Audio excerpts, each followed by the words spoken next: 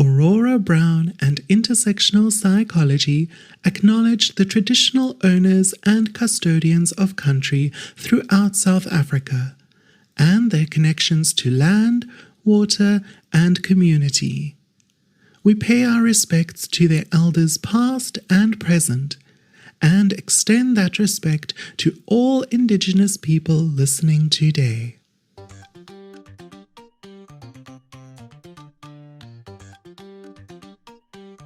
Intersectional psychology. The PsySSA guidelines. Everything the anti-trans crowd pretends isn't real. Hosted by registered counsellor Aurora Brown, with special guest clinical psychologist Thembisile Dlamini.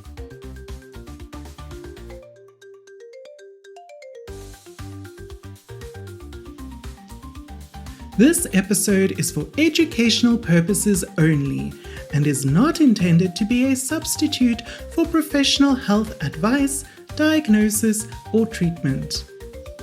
Aurora Brown and Thembisile Dlamini are not able to answer specific health questions about individual situations. Always seek the advice of your health provider with any questions you may have regarding your health care and health conditions. Never disregard professional medical advice or delay in seeking it because of something you have heard or seen on this podcast. If you think you need immediate assistance, please call your local emergency number or any mental health crisis hotline.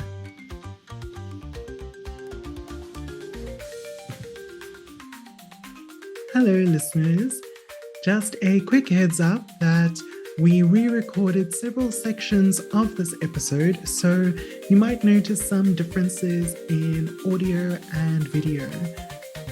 And also to acknowledge that I know the audio quality on this podcast is not 100% optimal.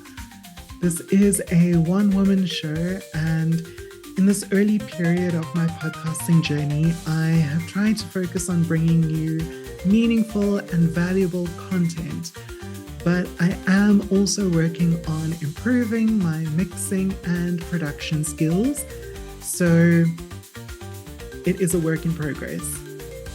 So thank you to everybody who is bearing with me and who is enjoying the content despite the sound quality. Now let's get on with the show. Hello and welcome back to Intersectional Psychology, the podcast that explores psychology's role in promoting social justice. I'm your host, Aurora Brown. I'm a registered counsellor in Cape Town, South Africa. Today we are continuing our series on the health of trans and gender diverse people. Last week we spoke to Dr. Anastasia Thompson about what the medical guidelines for gender-affirming healthcare actually entail. But as a mental health practitioner, there is actually another set of guidelines that is even more relevant to the work that I do. This is the practice guidelines for psychology professionals working with sexually and gender diverse people, published by the Psychological Society of South Africa, or PsySSA, and the African LGBTQIA+ Human Rights Project. Considering their focus on mental health and psychosocial care, I think these guidelines could be useful not just for mental health practitioners, but also anyone who wants to engage respectfully and empathetically with sexually and gender diverse people. The second edition of these guidelines was launched earlier this year, and today we are very fortunate to have as our guest one of the co-authors of these guidelines. Thembisile Dlamini is a clinical psychologist who has recently completed her internship at Weskopie Psychiatric Hospital and is about to embark on her community service year. She also recently completed her Master of Arts in Clinical Psychology cum laude at the University of South Africa, also known as UNISA. After a 14-year career in finance, she transitioned to psychology, driven by her passion for mental health and the desire to have a meaningful influence.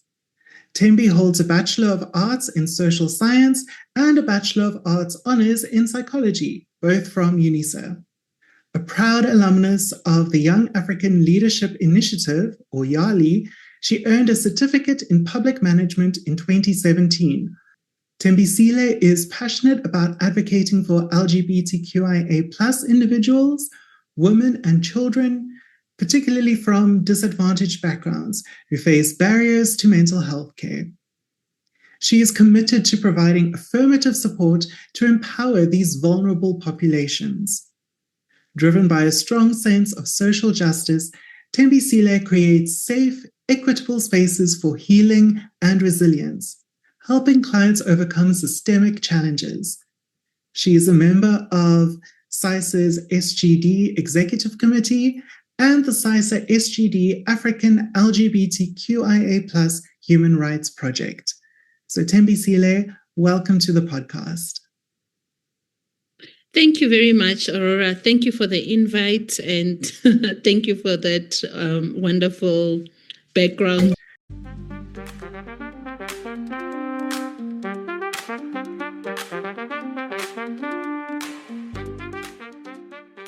Introducing PsySSA's practice guidelines for psychology professionals working with sexually and gender diverse people, 2nd edition.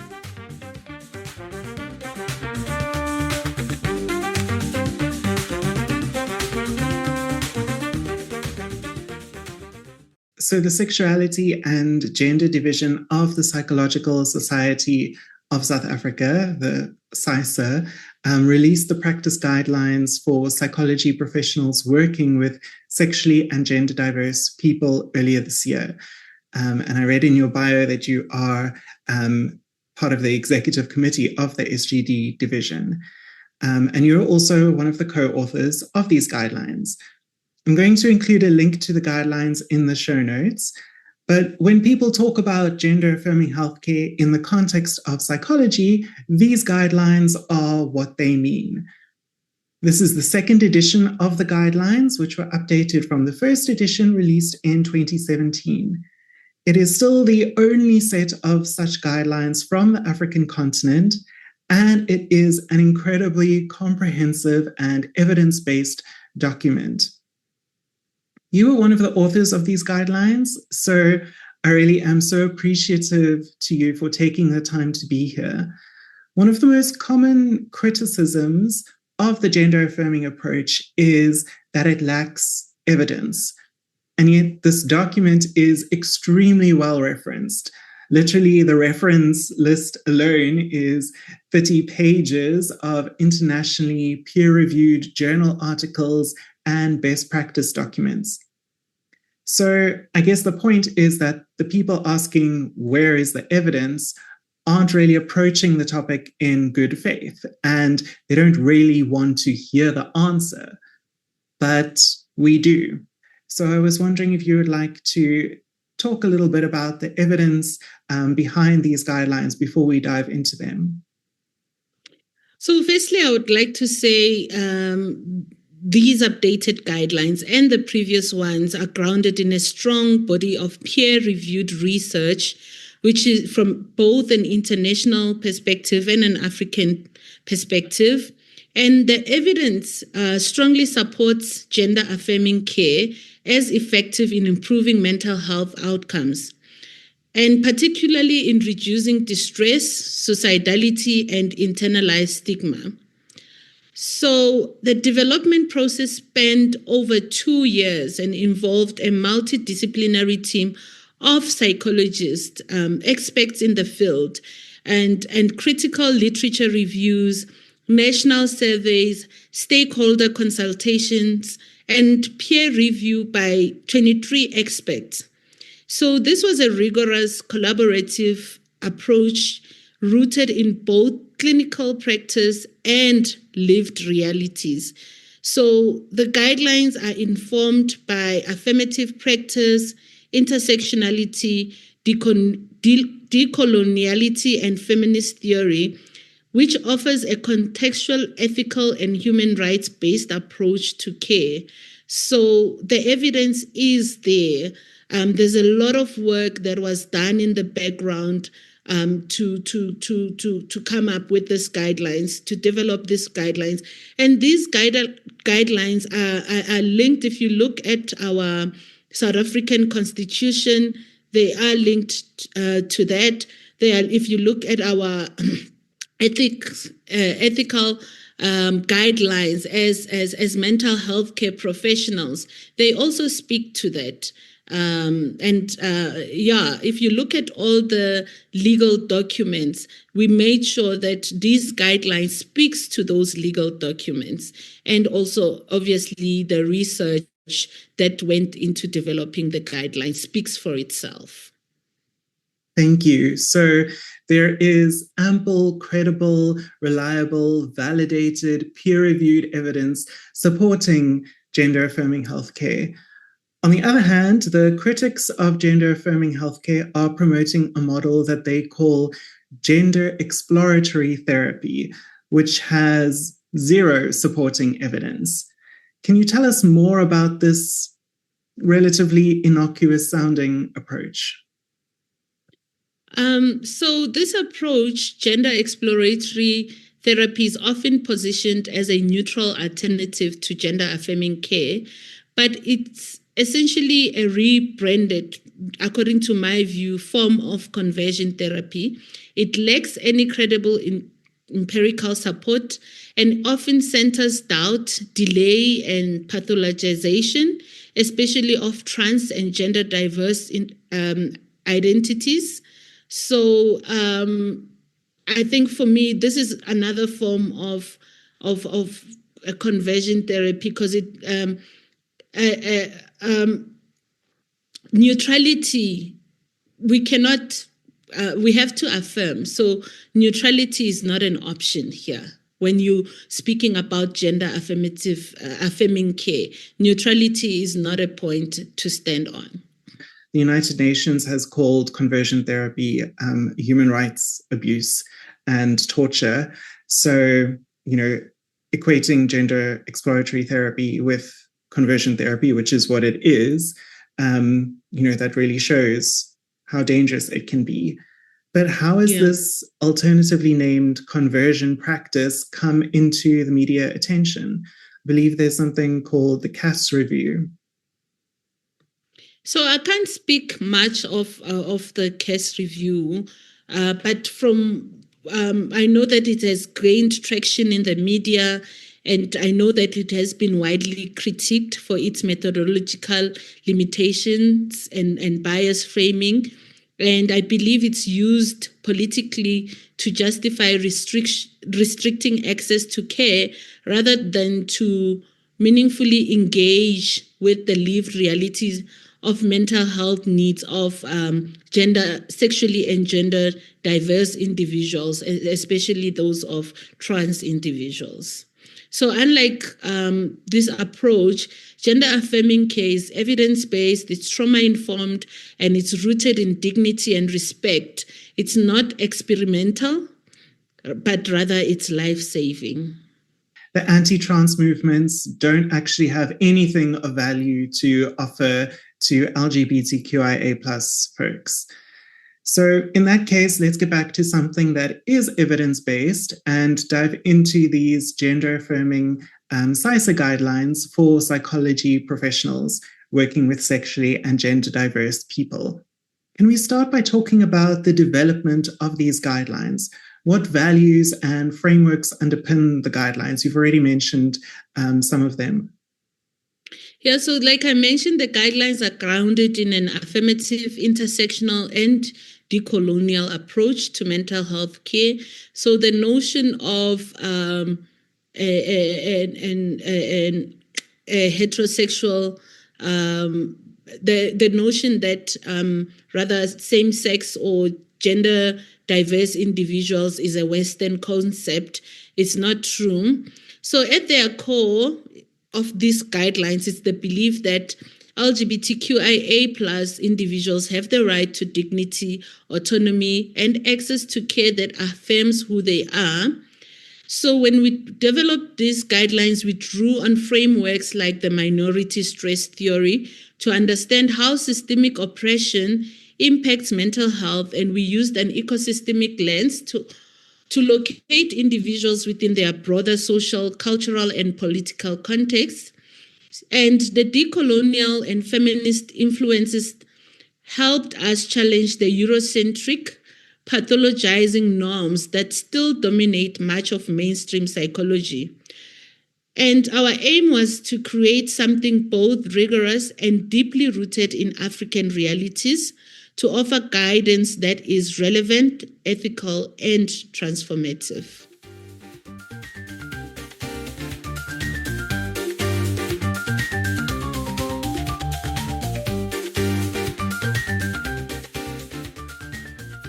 Affirmation is the first step.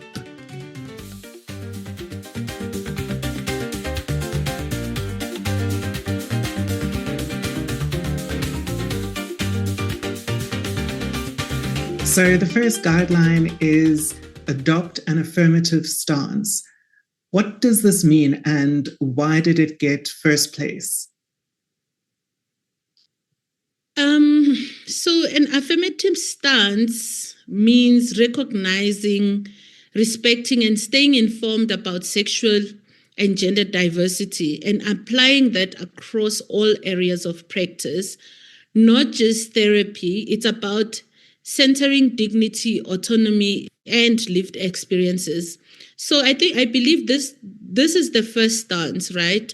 You have to adopt that affirmative stance within you. This stance helps us to undo the historical harms that psychology has inflicted on LGBTQIA plus individuals in our history. We all know about that. But it's not just about avoiding harm. It's about actively creating a safe space, actively participating, avoiding neutrality, like I said. So actively creating safe, caring, and equitable spaces. That includes how we teach, how we do research, how we write our policies, and even how we show up in the media. That's very important. And affirmative practice isn't blind validation. It includes space for self-exploration, ambiguity, and fluidity. But it starts from the position that identity is not a pathology. It's not the cause of distress. The systems around it are. So, and our work, when done affirmatively, helps reduce that harm and rather builds resilience. Thank you. One of my favorite additions to this new release of the guidelines is the case studies that you've added to every chapter. The case studies make it so easy to understand how to practically apply these guidelines, not just in working with clients, but also in engaging with other queer people on a daily basis. Is there anything more you'd like to say about about the case studies before we move on?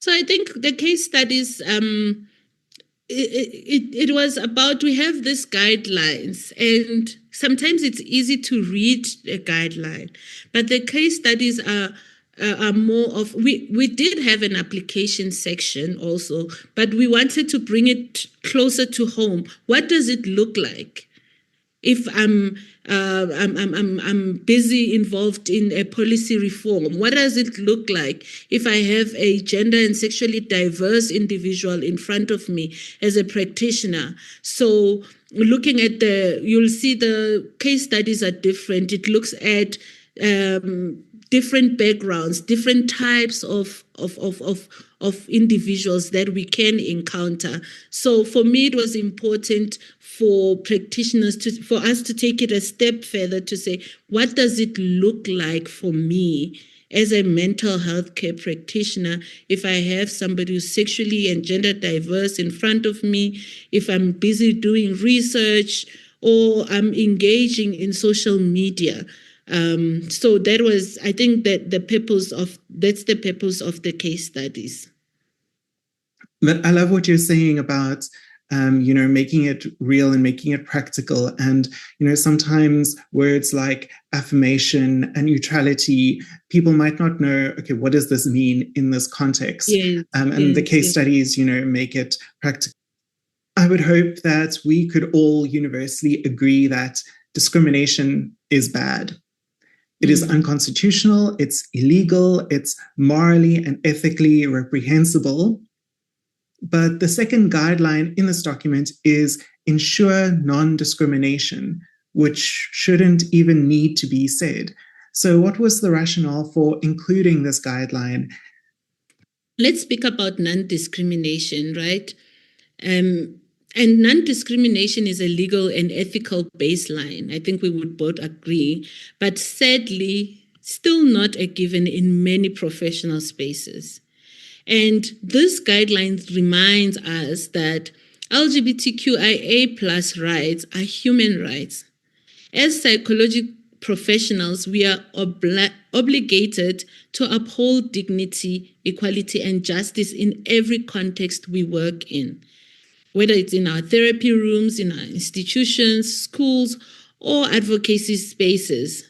So therefore, discrimination against sexually and gender diverse people isn't just interpersonal, it's systemic. I think we also need to agree on that. And as a profession, we've often been complicit in that. So this guideline is about moving beyond silence and neutrality, just like both you and I have just mentioned. It's about affirming rights through our everyday practice, including how we design our forms, how we deliver training, how we engage with policy or support LGBTQIA plus migrants and refugees. So ultimately, it's about asking, does my work challenge inequality or does it reinforce it? So I think I'll repeat that. As a mental health or a practitioner or a psychology professional, I think we need to ask ourselves, does my work challenge inequality or does it reinforce it? Because non-discrimination isn't passive. It requires deliberate, informed, and ongoing action. Self-determination of people's sexual and gender identities enables us to live with dignity and congruence.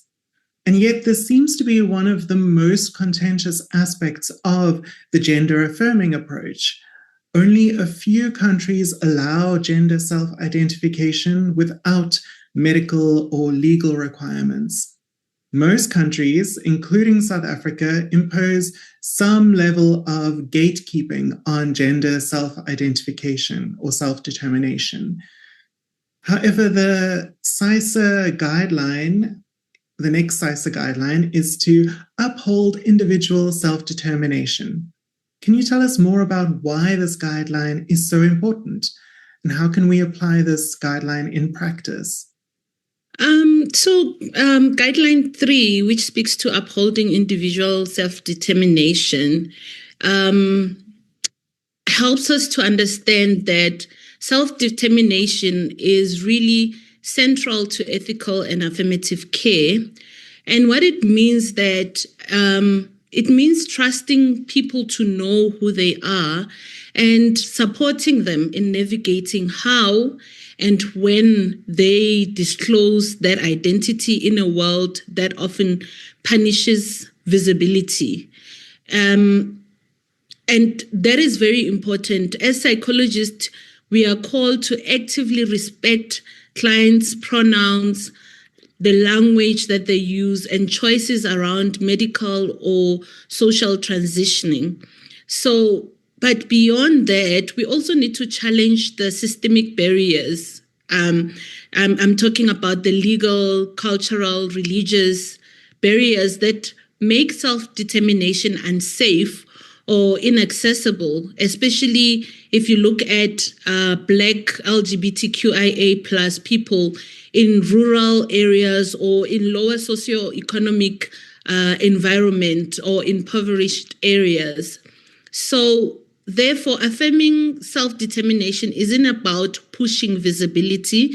It's about holding space for fluidity, ambiguity, and choice. I think this is very important. Whether someone chooses to be out or not, whether they pursue medical transitioning or not, those decisions are valid and they should be made by that said individual. And ultimately, this guideline reminds us our role isn't to steer our clients or individual into a specific direction, but our role is to support, to affirm, and to advocate for the conditions that allow people to live as their full, authentic selves. So, yeah, I think that's what self-determination is about. I think it's important that I repeat that. It means trusting people to know who they are and supporting them in navigating in how and when they disclose that identity in a world that often punishes visibility. It means trusting people on whatever journey that they are on when it comes to their sexuality and gender identity. Thank you, Thembi. I love that. And I love the next guideline too, because I feel like even more than the ones we've already discussed, it intersects with feminist theory and ideas.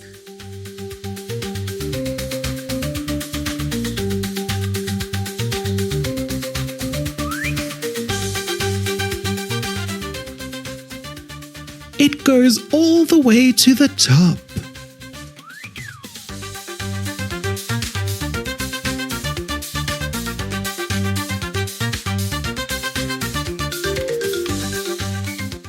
So the fourth guideline is recognize normative social contexts. Please tell me more about normativity. This guideline encourages us to look deeper than surface level inclusion and critically examine how social norms shape mental health, particularly for LGBTQIA+ individuals. So often, one of the most powerful forces at play is what we call heterosis normativity. And this is the idea that being heterosexual and cisgender is the default, natural, and preferred way of being for everyone. And it combines what we call heteronormativity, which assumes that everyone is straight, and cisnormativity, which assumes that everyone identifies with the sex they were assigned at birth. So together, these norms create a system that punishes or erases those who don't conform through invisibility, invalidation, or outright discrimination. And I think even within the LGBTQIA+ communities, we see what we call homonormativity, where identities and relationships that closely mirror heterosis normative values like monogamy, gender conformity, or middle class respectability are more readily accepted. And this often marginalizes or exclude trans or non-binary, polyamorous, disabled, or working class queer people. So when we apply this guideline, we are acknowledging that normal is not neutral.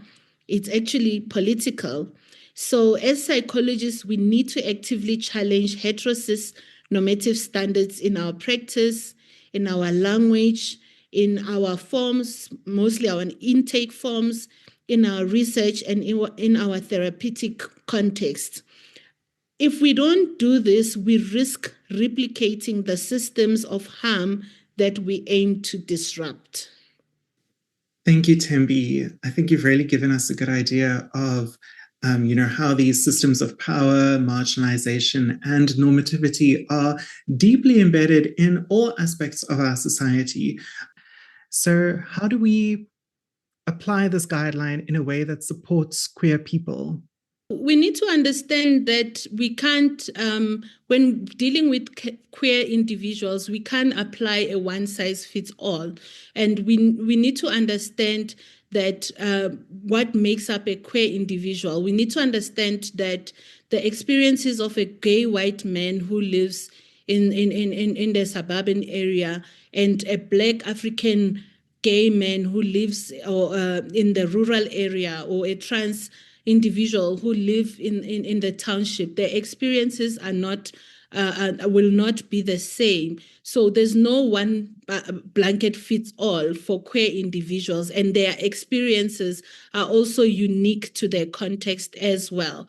And so the social norms that are enforced on these individuals, we need to notice how they erase some queer identities, and we need to be mindful of that in our when dealing with sexually and gender diverse individuals. And just to say, the official guidelines use the term heterosis normativity to describe the system of power that oppresses queer people. But folks might also have heard the term cis heteronormativity, which swaps the cis and hetero prefixes to describe the same system. We might even have used the alternate version elsewhere on this podcast. So there isn't really a meaningful difference between these terms, but for the sake of consistency with the guidelines, we're going to try to stick to using heterosis normativity in this episode. Now, if the previous guidelines got me excited, like the fifth guideline is even more aligned with the ethos of this podcast. As it is written, understand intersecting discriminations. What are the structural positions in society that LGBTQIA plus people embody that often lead to discrimination? How does this impact their mental health? So yes, guideline number 5, which is understanding intersecting discrimination, also invites us to look beyond sexual or gender diversity alone and instead understand people as complex beings navigating multiple or overlapping systems of power or oppression, like you mentioned. For example, a Black lesbian woman living in a rural area will not experience her sexuality in the same way as a white gay man in an urban center. So when we look at this Black lesbian woman, the impact of racism, classism, ableism, religion, and geography, they all intersect, shaping how she's seen, supported, or excluded. So for practitioners, this means two things. It means that don't assume that being LGBTQIA plus is the primary concern for every queer individual. It might be poverty, there might be mental illness, or there might be religious rejection or cultural pressure. So it's important that we don't treat queer experiences as a one-size-fits-all. This guideline teaches us that context matters. It's very important. So we are called to practice with cultural humility, number 1, to listen, to reflect, and constantly question our assumptions. And this will allow us to honor each person's full humanity, not just their identity label. So looking at an individual as a whole, I look at these guidelines from a systems theory perspective, where you understand the different components that make up a human being. Thank you, Thembi. Yeah, there are so many aspects of intersectionality to consider. One of the main purposes of this podcast is to encourage mental health practitioners and others to be more active advocates for their marginalized clients, colleagues, and friends. We dedicated a whole episode a few months ago to understanding how advocacy and activism are actually ethical duties of healthcare providers. I think this really aligns with the next guideline. So could you tell me more about counteracting stigma, prejudice, and violence? What are the practical considerations for applying this guideline? So this guideline reminds us that stigma isn't just about name calling or discrimination. It's about an entire system that harm people's mental health, dignity, and safety. So whether it's the lesbian woman erased by being called a friend at her doctor's office, or the trans woman denied services at a clinic, these everyday acts of erasure build up, sometimes into deep trauma. And we call these microaggressions, but their impact is anything but micro. So what this means in practice is that as psychologists, we need to create safe, trauma-informed spaces and understand the structural roots of prejudice, which include heterosis normativity and the colonial legacies that still shape our institutions.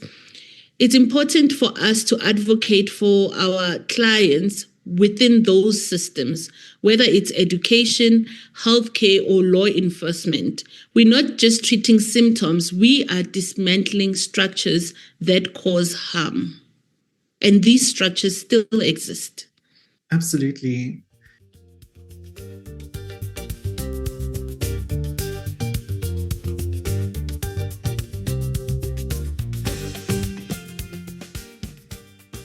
Love, families, and finding your people.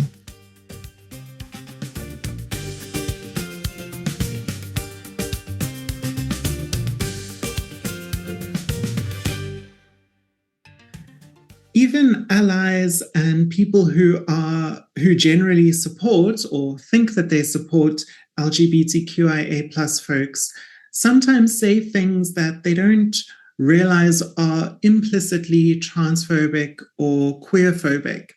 For example, one of the innocently asked questions that make me so angry is, what do you think is the reason that you're transgender? Or why are you gay? Like, what happened to you? And this happens with other forms of non-normativity too, like neurodivergence. So can you explain for the listeners what the problem with these questions is and why they are actually harmful? So these kind of questions like why are you gay or what made you transgender, might sound innocent to some, but they're actually deeply harmful. They suggest that being LGBTQIA plus is something abnormal that needs to be explained, fixed, or justified. Because we don't ask people, why are you straight? Why are you cis and not trans? It's like asking an individual what went wrong in your development, That reinforces the idea that cisgender and heterosexual identities are the default and everything else is a deviation.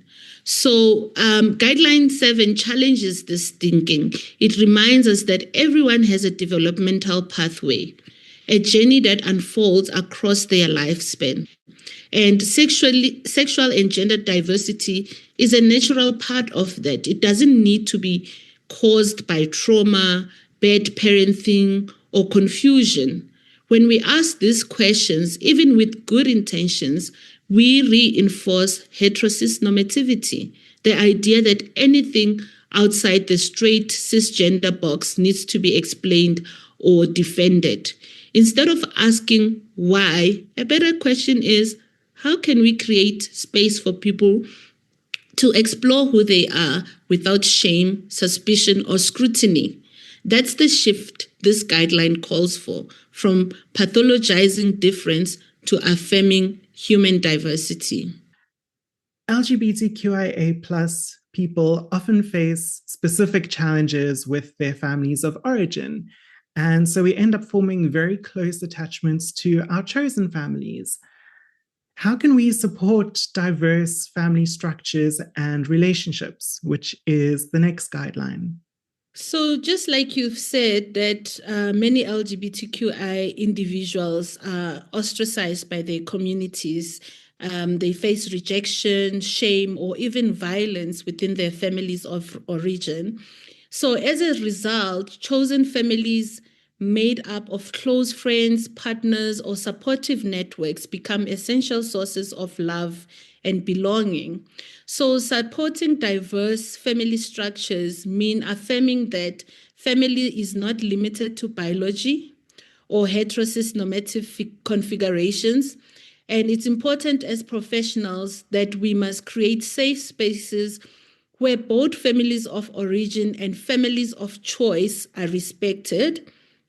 This includes navigating disclosure, supporting relational repair when possible, and validating chosen family bonds in therapy, within the legal systems, and within various institutions.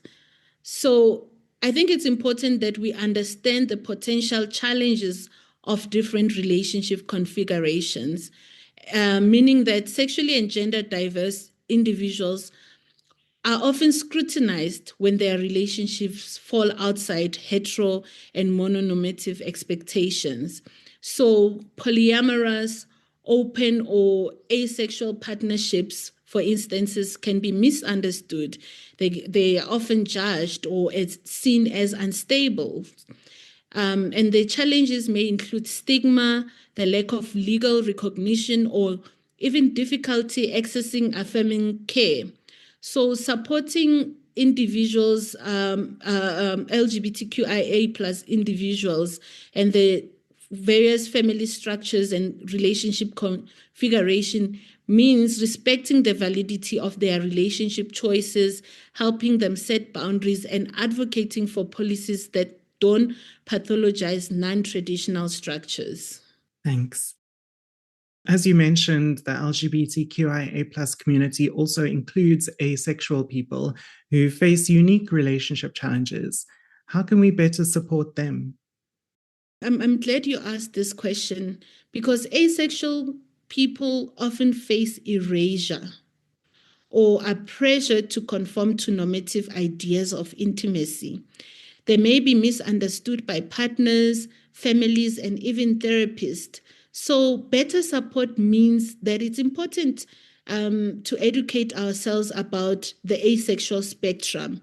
It's okay to sometimes say to a person, you know what, I don't understand your world. Can you tell me more about it in a respectful and affirming manner? Can you tell me more about your life? And affirming asexual identity it's important that we affirm them as valid and provide a space in therapy for individuals to define what fulfilling connections look like for them, whether romantic, platonic, or otherwise.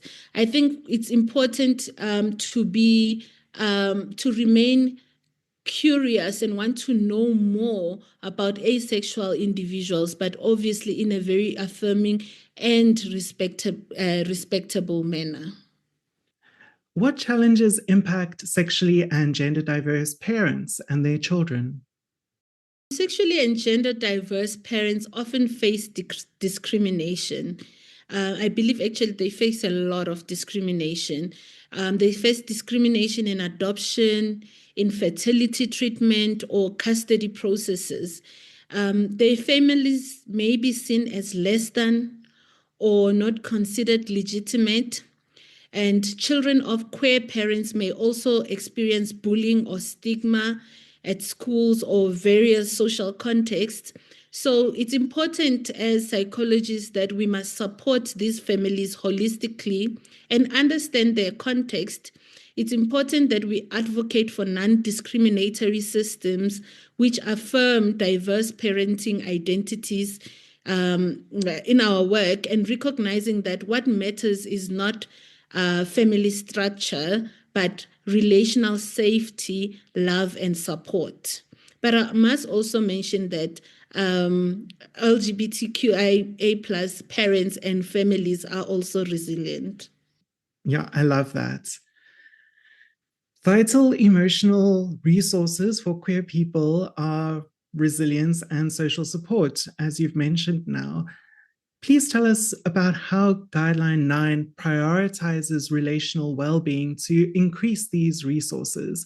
Absolutely. So Guideline 9 reminds us that mental health is not just an individual matter, it's deeply relational. And for many LGBTQIA plus individuals, support from friends, romantic partners, chosen families, and community networks, it's a lifeline for them. So therefore, relational well-being helps us move beyond surviving to thriving.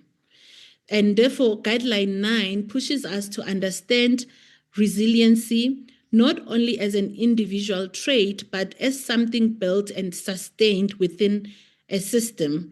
And this system could be families, communities, and even institutions.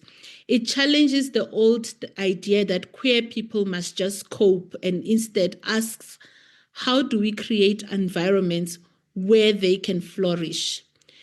What are some examples of this in action? This could look like helping a trans teen build a network of affirming peers after facing rejection at home or at school.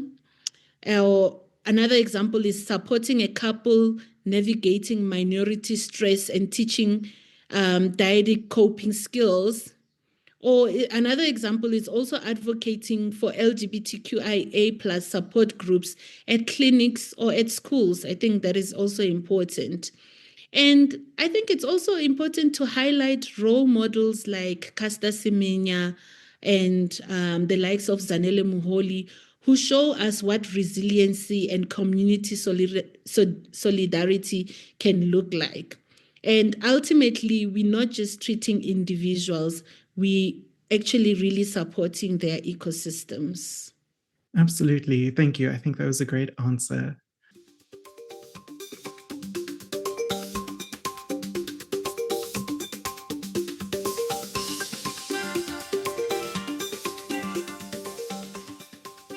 The work starts with us.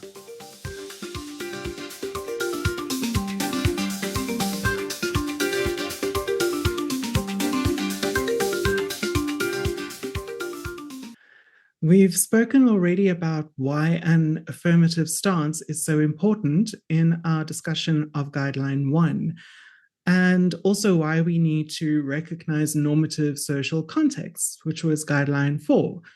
So can you say more about how Guideline 10, which is affirm diversity and resist normalization efforts, differs from those? So Guideline 10, which is affirm diversity and resist normalization efforts, takes the ideas from Guideline 1 and Guideline 4 a step further. So while Guideline 1 focuses on adopting an affirmative stance, and Guideline 4 asks us to critically recognize how social norms shape experience, Guideline 10 calls for active resistance. It's not enough to passively affirm. This guideline asks us as psychology professionals to challenge efforts to pathologize, silence, or erase sexually and gender diverse people. This guideline draws attention to how so-called normalization efforts like conversion therapy or non-consensual surgeries on intersex infants are actually acts of violence, even when framed as medical or moral care. These practices aim to force LGBTQIA plus people to conform to heterosis normative ideals, and they can cause lasting harms. I love the case studies in this chapter, and I think they really bring to life some of the issues that you've just spoken about. Could you please talk us through one of them? So one of the case studies that really illustrates this is the story of Mpho and Thandi, who are new parents of an intersex baby. Their baby is Nandi. Doctors encouraged them to approve immediate surgery to fix Nandi's body. Surgery that wasn't medically necessary and would have lifelong consequences. But instead of following that advice, the parents paused and questioned whether that was truly in Nandi's best interest. Was that truly in the best interest of the child? So the fact that they're questioning this, this moment for me, it's powerful because it shows how parents with the right support can resist societal pressure and protect their child's bodily autonomy. And so this guideline reminds us that affirmative practice also means advocacy. It means standing with families like Mpo and Thandi and helping them make informed ethical decisions, especially when the system is pushing them towards conformity. That case study is such a beautiful example of parents advocating for their child. Many traditionally trained healthcare professionals become very used to being the expert in the room. But from a person-centered, decolonial, and intersectional perspective, we need to remember that the client is the expert on their own lived experience, and that we also have things to learn and areas in which to grow. So Guideline 11 addresses this by saying that mental health professionals must disclose and rectify personal biases. Please tell us more about this in the context of sexually and gender diverse people. What does this look like in application? Yeah, so guideline number 11 reminds us that affirming care isn't just about individual clinicians doing better. It's also about systemic transformation. However, it also challenges us to do the deep work on examining our own biases. That's what I was saying, including the biases that are shaped by our religious systems, by our heterosis normative systems, and colonial systems. Basically, the societal norms that we exist within. And not only do we exist in these systems, these heterosis normative systems, the colonial systems, we are also trained within the systems, most of us. So even well-meaning therapists may unconsciously uphold harmful assumptions.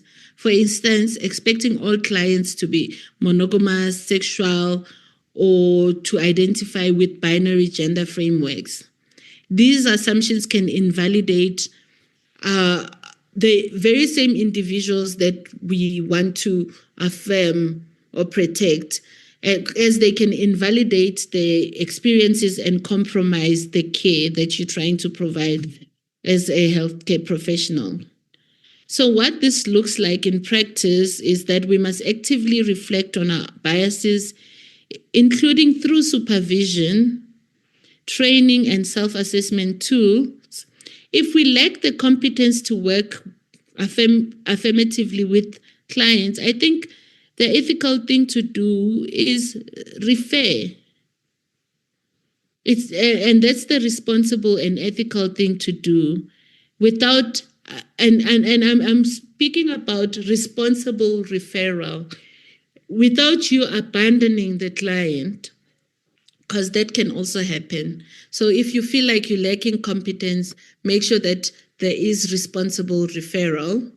And importantly, it's important to note that even LGBTQIA plus professionals are not immune to internalized biases.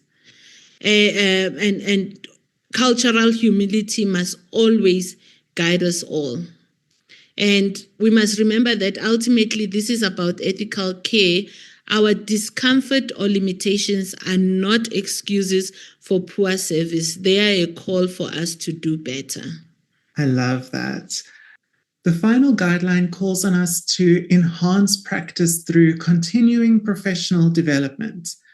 CPD is a requirement for all of us who are registered with the Health Professions Council of South Africa to maintain our registrations.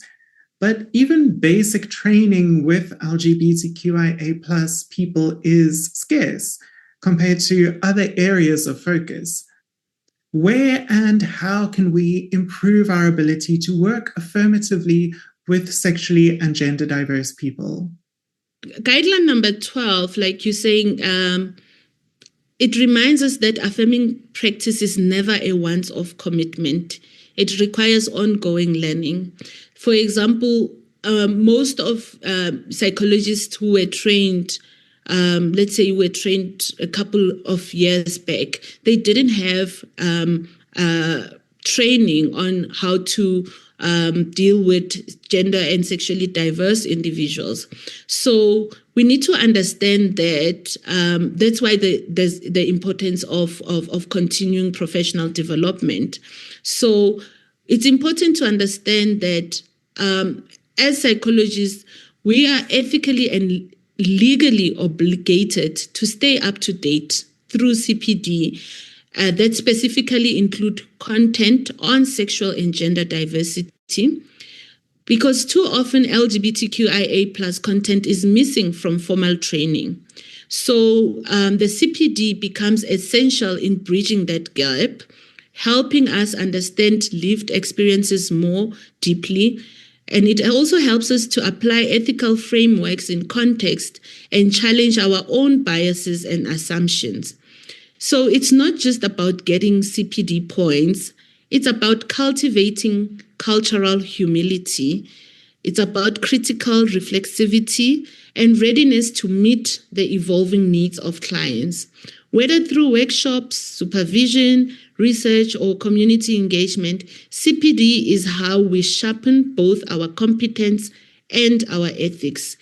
And it's important to remember that if we are not learning, we are likely causing harm. Thank you. I think that's a really important reminder. As we wind up this episode, would you like to share what is on the horizon for you? I'm currently in the early stages of my PhD research, which will explore the psychosocial experiences of Black immigrant lesbian women living in South African urban and township areas. I think this group, their realities are often invisible in both research and service provision.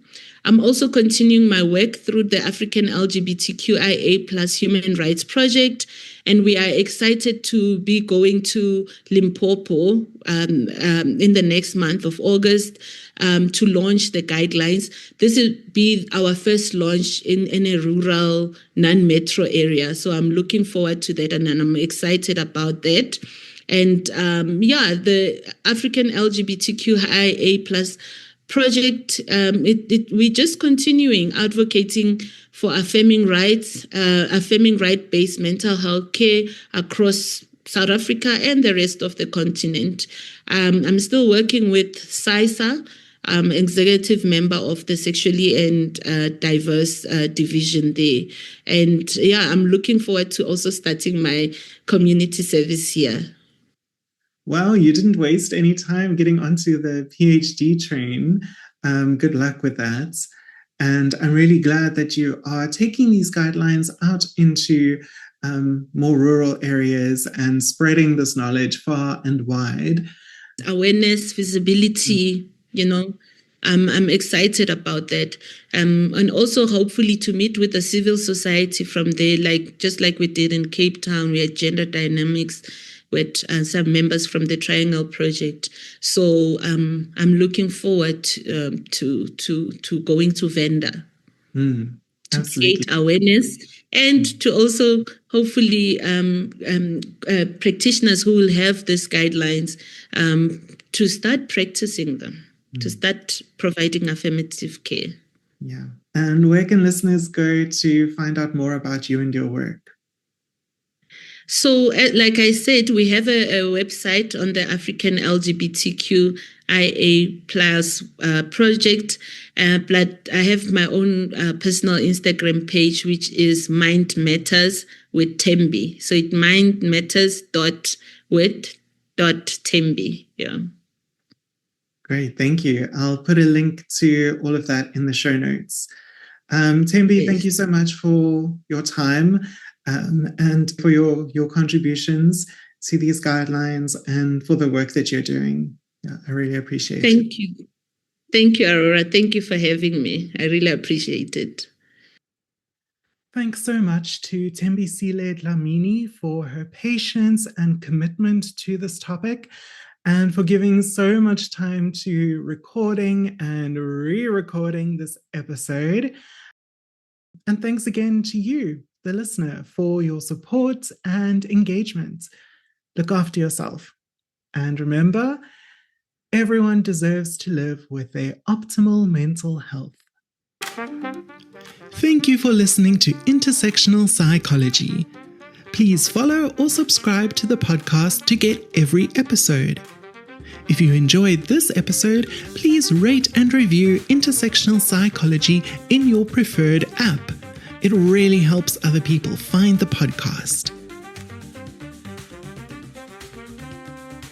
This episode of Intersectional Psychology was researched, written, recorded, and edited by me, Aurora Brown. For a transcript of this episode, please see the link in the show notes on your podcast app or go to intersectionalpsychology.com. You can also check the website or the show notes for a full list of references for this episode. A video of this episode with closed captions is available on youtube.com/@intersectionalpsychology. To support this podcast and get access to bonus content, including additional episodes and interviews, as well as more guided mindfulness sessions, please go to patreon.com/intersectionalpsychology. You can also chat with me on Blue Sky at intersectpsych.bsky.social and Instagram, Facebook, or TikTok at Intersectional Psychology. But mostly Blue Sky. Aurora Brown and Intersectional Psychology are committed to the Cite Black Women praxis. All episodes of Intersectional Psychology are for educational purposes only and are not intended to be a substitute for professional mental health advice, diagnosis, or treatment. I, Aurora Brown, am not able to answer specific questions about individual situations. Always seek the advice of your health provider with any questions you may have regarding a mental health condition. Never disregard professional medical advice or delay in seeking it because of something you have heard or seen on this podcast. If you think you need immediate assistance, please call your local emergency number or any mental health crisis hotline. Everyone deserves good mental health.